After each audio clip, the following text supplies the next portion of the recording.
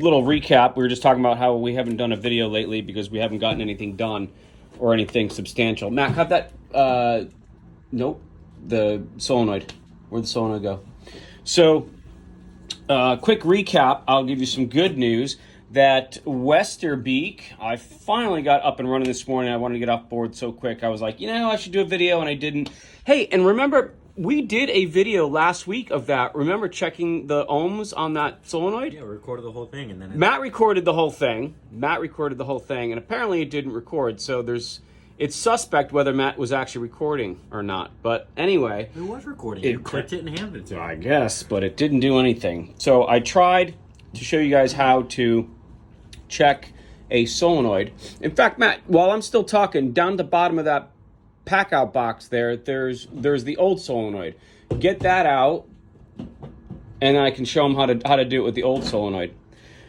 So I got that all done. It was just a massive mess of wires. It was all melted and just really banged up. And remember, I told you, see how hot this got in here? This is all burned up in here. So I took a measurement, and when I put the new one in, you have your positive terminal, your negative terminal, and your auxiliary terminal.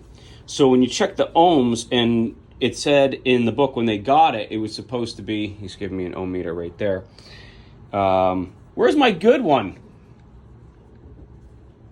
Maybe this will work. He's getting out the good one.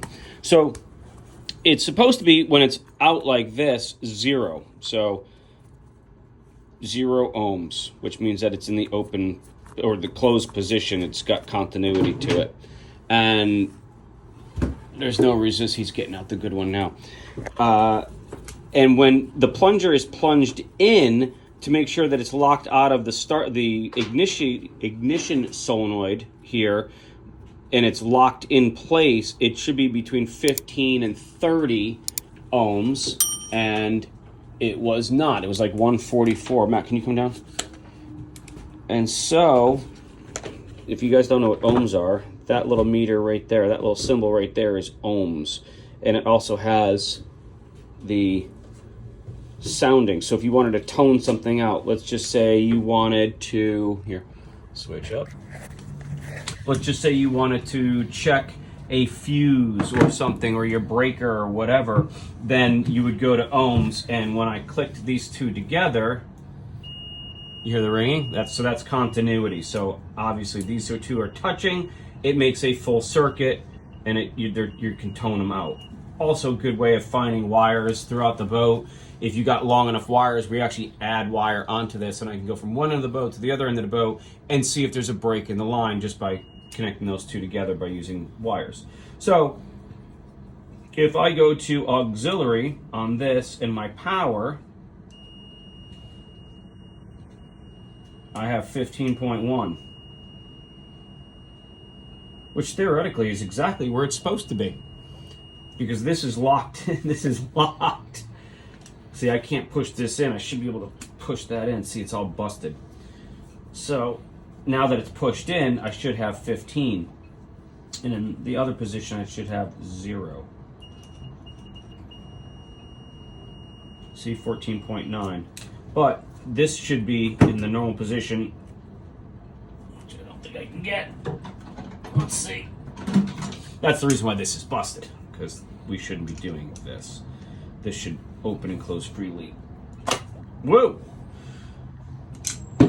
Alrighty. So, yeah. Yuck.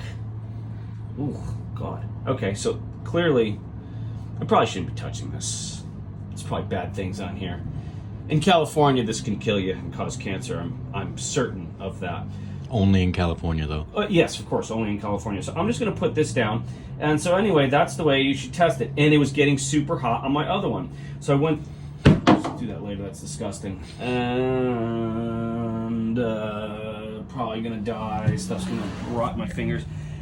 So it was still getting hot this morning.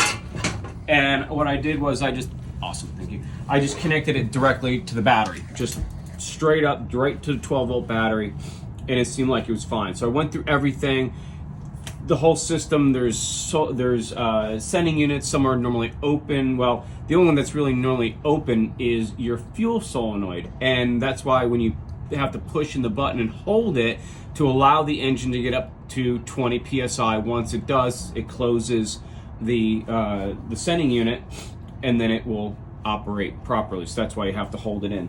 Otherwise, it'll just shut the generator will just shut down. After I went through everything, I found that the exhaust temp sender, which is normally closed, was busted. So I just jumped those together for now for purposes of testing.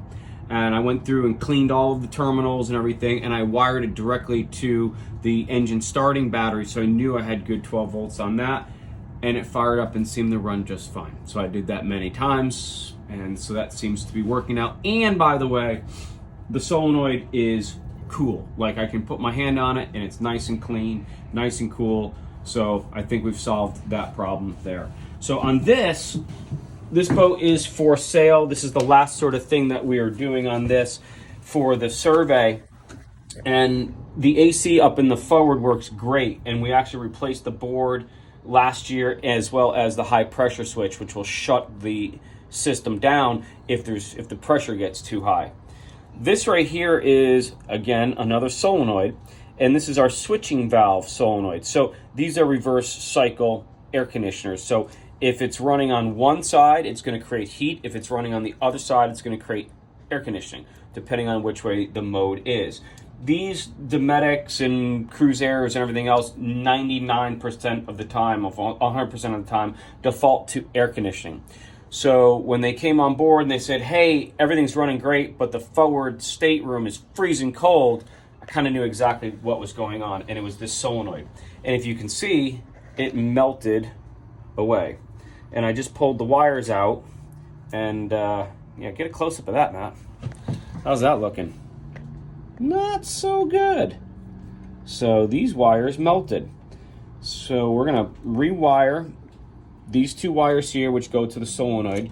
Thank God I was able to get this thing off of the switching valve. And I'll grab the thing back. I will show them. Where's the flashlight?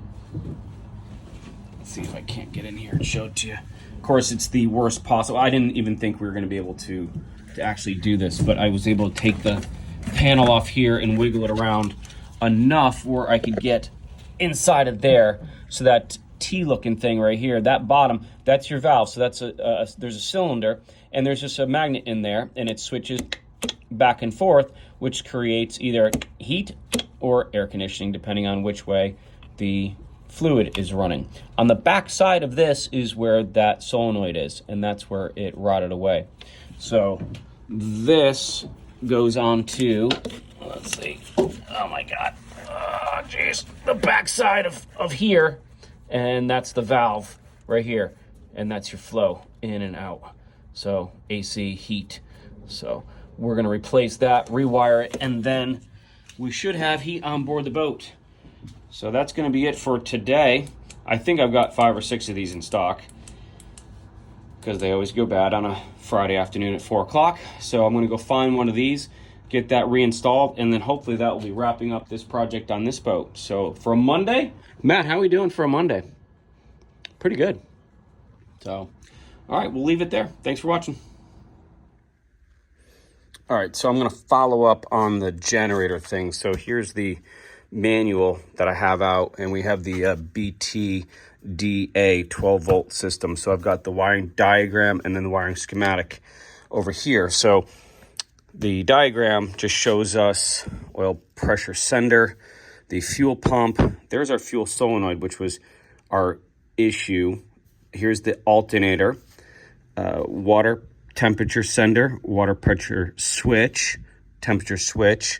Then we've got the starter motor, the circuit breaker, the preheat solenoid that goes up to our 3 glow plugs, our exhaust temperature right there, and we've got the auxiliary oil pressure switch, which we don't have on ours, and the emergency stop switch. So here's all of our things that we have, and here's how they're wired. So I talked about earlier about things that are normally open or normally closed, and it's how they run. That's how the circuit is completed. So the exhaust temperature switch, if you can see, come on, get in focus. There we go.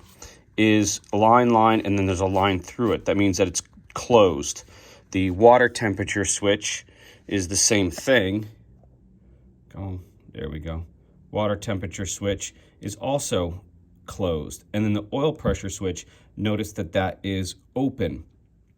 So all three of these things need to be in the correct fashion, otherwise it will just immediately shut down that fuel solenoid, which is right here. So that's all connected in this circuit right here. And then it goes up to the preheat solenoid, starter solenoid, and then the battery switch. So I went through and I actually I took the wires off and I made jumpers, which is right here. So I made jumpers to jump the exhaust temp switch and then the water temp switch, and the oil pressure, which was normally open, I actually jumped that as well because it actually closes once it gets up to 20 PSI. So I jumped that closed as well just to alleviate the whole thing, just to get it to run, and it did. So then I disconnected everything and rewired it. The exhaust temp switch was broken, so I just doubled up the wires on one of the lugs. So each wire was touching one another, which closed the circuit. And that's what seemed to make everything run after I cleaned it all up. And we I switched over to a 12-volt battery. So by having this and this, I could see how everything was working. And I just went through systematically and went through all of the wires and checked everything. And it worked. And it's not getting hot. That solenoid was burning up. So it's not burning up anymore. But I went through even the alternator, the fuel solenoid, the fuel pump was working, and I just jumped that straight over to a battery. Preheat switch, and then it doesn't show, okay, to run. There's supposed to be, and this was in another diagram, here's our fuel solenoid over here. They have the fuel solenoid jumping over to, where the heck is it? Our preheat solenoid on the positive side of that, which if you follow that, it doesn't go down here, it just goes up to our glow plugs. So they were having a problem with that, so they were going from the preheat solenoid 12-volt side directly over to the positive of the fuel solenoid to ensure that they was getting good solid 12 volts, and that was in one of the bolt-ins. So we did have that, and it's wired like that, so that seems to be pretty good.